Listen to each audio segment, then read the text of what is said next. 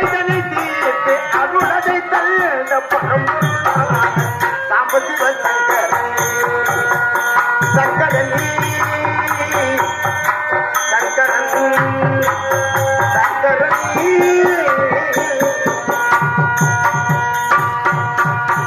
ஆலமுண்டவன் அமரரை காத்தவை ஆலமுண்டவன் அமரரை காத்தவை அன்புடனே அதிகாசுரை பங்குடனே காட்டும் தேவன் சாம்பசிவ சங்கரன் ஜகத்தினில் அதிக குறைதனை தீர்த்து அருளதை தந்த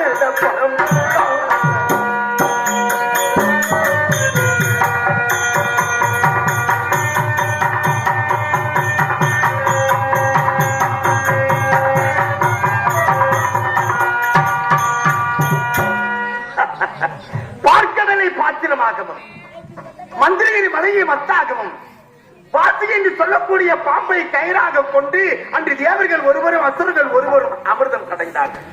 ஏன் இழந்து போன செல்வத்தை மீண்டும் பெற வேண்டும் என்பதற்காகவும் பசி பிரி மூப்பு சாக்காடு என்று சொல்லக்கூடிய மரணமில்லாத பெருவாழ்வை அடைய வேண்டும் என்பதற்காக அமிர்தம் கடையப்பட்டது.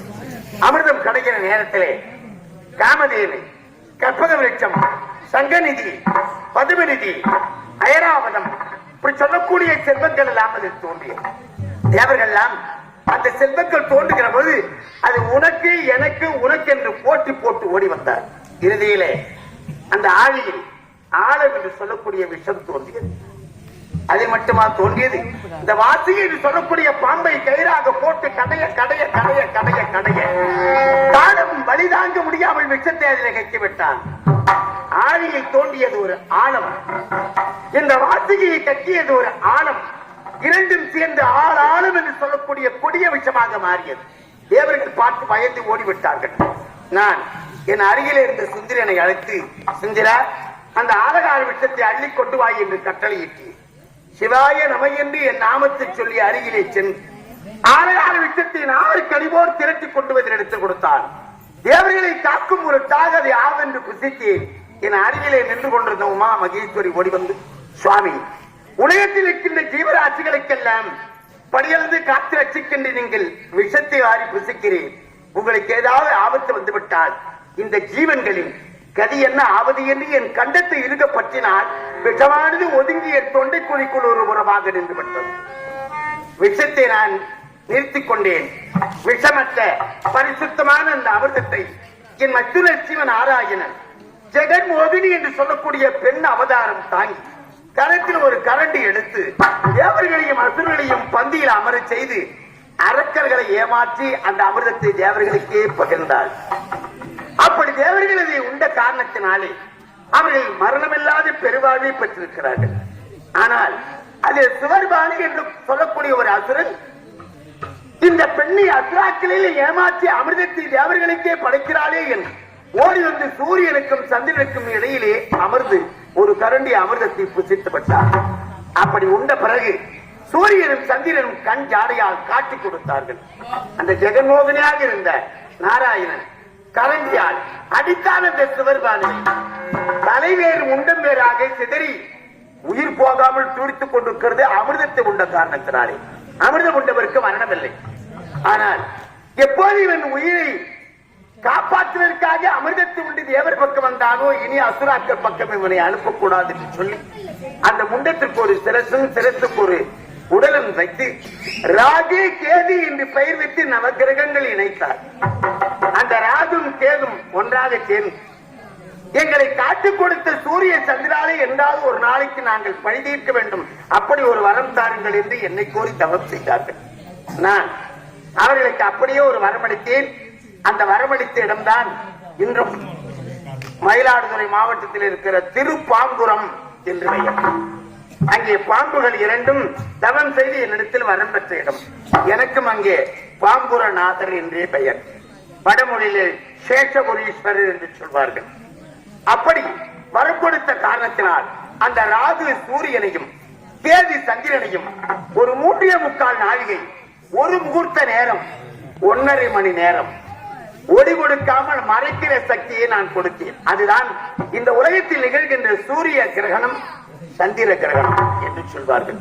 அப்படி ஆட்கொண்டு அவர்களை நான் விஷத்தை வாரி புசித்து என் கண்டத்தில் இருக்கியதனால் நீலகண்டா ஆலமுண்டவா நீலகண்டா ஆலமுண்டவா என்று என்னை தேவர்கள் பெருமையோடு அழைத்தார்கள்.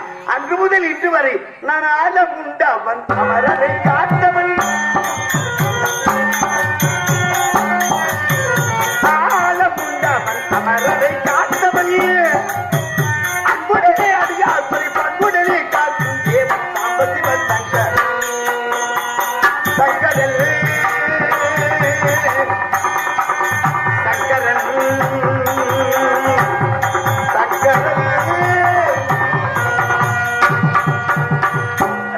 அது மட்டுமா சூரபத்மன் என்று ஒரு அசுரன் வெகு நாட்களாக பனி என்றும் மழை என்றும் வெயில் என்றும் பாராது என கோடித்தவன் அருகிலே சென்றேன். சூரபத்மா, நீ யாரே உன் மனதில் இணைந்தனையோ அந்த முக்கந்தாரி வந்திருக்கிறேன், கண்விழித்து பாரடா என்று.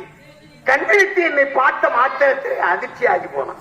ஏனென்றால் மக்களுக்கு நான் வரம் கொடுக்க சொல்லுகிற பொழுதும் அனைத்து உயிர்களுக்கும் நான் படியலுக்க சொல்லுகிற போதும் இப்படி ஒரு முகத்தோடு செல்வது அல்ல.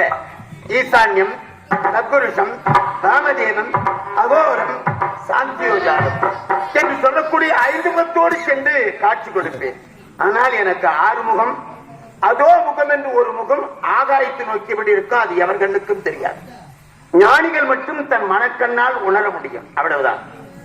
என் முகத்திலே ஒரு முகத்திற்கு 3 கண்கள். வலது கண் சூரியன், இடது கண் சந்திரன், நெற்றிக்கண் அக்கினி. அவன் பார்த்தான், பரமேஸ்வரா, நின் கருணையே கருணை, உன்னுடைய காட்சி எனக்கு கிடைக்கும் என்று நான் நினைத்து கூட பார்க்கவில்லை. எம்பெருவானே, உனக்கு 5 முகம் இருக்கிறதா? ஆண்டவா, அப்படி என்று தரிசித்தவன் அதை வைத்துத்தான் வரம் கேட்க வேண்டும் என்று மனத்திலே முடிவு செய்து 108 சதுர்யுகம் இந்த பிரபஞ்சத்தை நான் ஆட வேண்டும். அது மட்டுமல்ல, எனக்கு ஒரு முகம் முதல் 5 முகம் படைத்த தங்களாலும் எனக்கு மரணம் வரக்கூடாது என்று கேட்டார். நான் யார் எவரும் கேட்டாலும் இல்லை என்று சொல்லுகிற வழக்கம் எனக்கு இல்லை. அப்படியே தந்து ரட்சித்து கேட்ட வரத்தை இல்லை என்று கூறாமல் கொடுத்தாரே என்று கூட நினையாமல் நன்றியை உடனே மறந்து விட்டான் சூரபத்மன். நன்றியை மறந்து தேவ உலகம் வந்து தேவர்களை அடித்து சித்திரவதை செய்கிறார். அடிவதை தாங்க முடியாமல் தேவர்கள் வைகுந்தம் வந்து என் மற்றொரு நாராயணனை அழைத்துக் கொண்டு கைலாயம் வருகிறார்கள். நான் யோக நிச்சயிலே இருக்கிறேன். கண்விழித்து பார்த்தால் என் மற்றொரு தலைமையிலே சுரர் 33 கோடி தேவர்கள். என்னவென்று விசாரித்த போது சூரபத்மன் செய்கிற கொடுமை தாங்க முடியவில்லை என்றார். அவனை அழிக்க வேண்டுமானால் புதிதாக ஒருவன் பிறக்க வேண்டும், அப்போதான் அவன் அழிவான் என்று சொல்லி என்னுடைய 6 முகத்திலே இருந்த 6 நெற்றிக்கண்களை திறந்தி அதிலிருந்து 6 அக்கினி பொறி வெளியே புறப்பட்டு உலகி வருகிறது. பார்த்தார்கள் தேவர்கள், பரமேஸ்வரா, சூரபத்மன் செய்த கொடுமையை ஓரளவுக்கு பரவாயில்லை கொண்டிருக்கிறது. உங்கள் நெற்றிக்கண்ணிலே இருந்து வெளிப்பட்டு இந்த அக்கினி ஜுவாலை வீசுகிற தீட்சண்யம் எங்களால் தாங்க முடியவில்லையே என்றார்கள். வாயு தேவனை அக்கினி தேவனை அழைத்து அந்த 6 அக்கினி பொறியை கொண்டு போய் ஆதாய கங்கிலே சேர்த்து விடுங்கள் என்று கட்டளையிட்டேன். அவர்கள் எப்படியோ இருவரும் திக்குமுக்காடி கொண்டு போய் ஆகாய கங்கையிலே சேர்க்க அது அங்கிருந்து பூவிலகில் விழுந்தது. அது விழுந்த இடம்தான் சரவண பொய்கை. சரம் என்றால் தர்பை, வனம் என்றால் காடு. தர்பை புல் நிறைந்த காடு என்று பொருள். அந்த சரவண பொய்யை விழுந்து 6 அக்கினி பொறிய 6 தாமரைகளால் உருவாகி அதில் 6 குழந்தையாக தவழ்ந்து விளையாடி கொண்டிருக்கிறது. பார்த்தாலுமா மகேஸ்வரி, நம்முடைய சுவாமி நெற்றி கண்ணிலே இருந்து பிறந்த குழந்தை நம் குழந்தை அல்லவா என்று ஓடினால் 6 குழந்தையை தவழ்ந்து வருகிறது. எதை தூக்குவது எதை விடுவது என்று அறியாதவள் 6 குழந்தையை ஒன்றாக அணைத்து தூக்கினாள். அவள் சக்தி அல்லவா? 2 கரங்களால் அணைத்தவுடனே அந்த குழந்தைகள் ஒரு உடலாக 6 முகமாக 12 கரமாக அங்கே 6 முகம் தோன்றினான். சரவண பொய்கையிலே தோன்றியதினால் அவனுக்கு சரவணன் என்று பெயர். கார்த்திகை பெண்களால் வளர்க்கப்பட்டான், ஆகவே அவனுக்கு கார்த்திகேயன் என்று பெயர். இளமையாக இருந்தான், அதனால் குமரன் என்று பெயர்.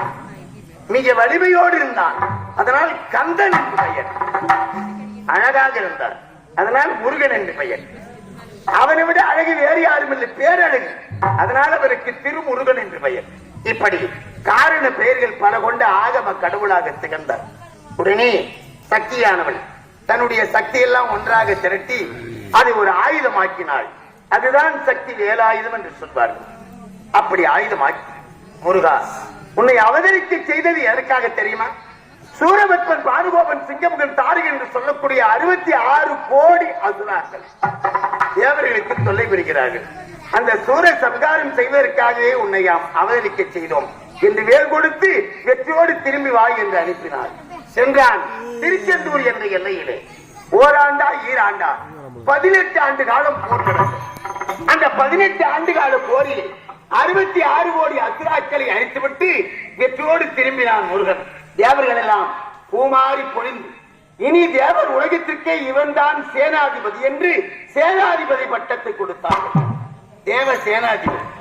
ஆகவேதான் முருகப்பெருமானை வணங்குகின்ற அடியார்கள் எல்லாம் ஓம் தத்புருஷாய வித்மகே மகாசேனாய தீமகி தன்னோ சண்முக பிரசோதயாதி என்று வணங்குவார். அவன் தான் சேனாதிபதி.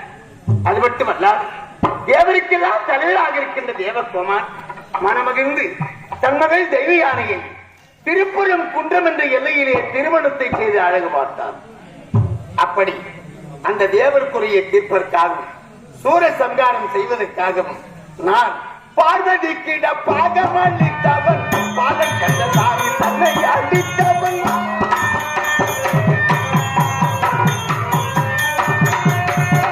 பார்வதிக்கு இடமாக அளித்தவன் பாதம் கண்ட சாமி தன்னை அளித்தவன் கிளைகளாக ஆடி கணிந்தவன்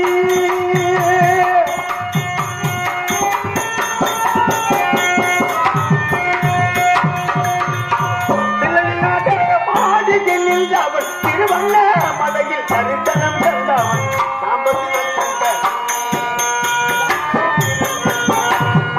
இந்த ஜகத்தினில் அதிக குறைகளை தீர்த்து அருளதை தழுத பரம்புள்ளார் சாம்பசிவன் சங்கர்.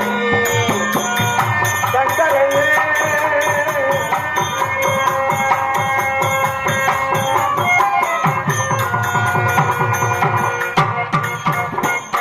அது மட்டுமா? சொல்லிக்கொண்டே போகலாம் என் திருவிளையாடல். மிருகண்டி என்று ஒரு மகரிஷி மண்ணாசை, பொன்னாசை, பெண்ணாசை என்று மூவாசையும் அறவையை துறந்து சன்னியாசியாக ஒரு ஆசிரமத்திலே தங்கி நித்தம் சிவபூஜை செய்து வந்த என் சிவன் அடியார்களில் அவரும் ஒருவராக திகழ்ந்தார்.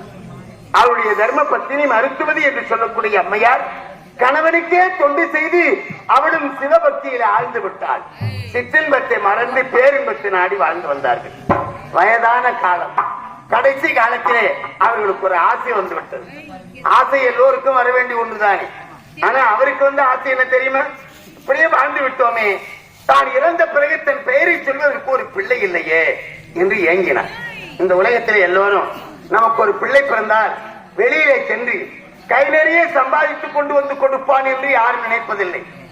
நம் பெயரை சொல்லி எள்ளில் தண்ணீரில் வைக்க மாட்டானா, கொல்லி வைக்க ஒரு பிள்ளை இல்லையே என்று தான் ஏங்குவார்களே தவிர.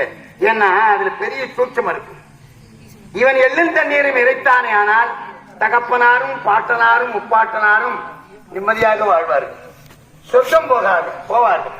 அதுக்குத்தான் வாரிசு, அதுக்குத்தான் அந்த பழக்கத்தை முன்னோர்கள் கொண்டு வந்தார்கள். எள்ளில் தண்ணீர் இறைக்கவில்லை என்றால் முன்னோர்களுக்கு சொர்க்கம் கிடைக்காது. இதுதான் சுருக்கமா அந்த காலத்துல பிள்ளை இல்லாதவருக்கு நற்கதி இல்லை என்று சொன்னார்கள்.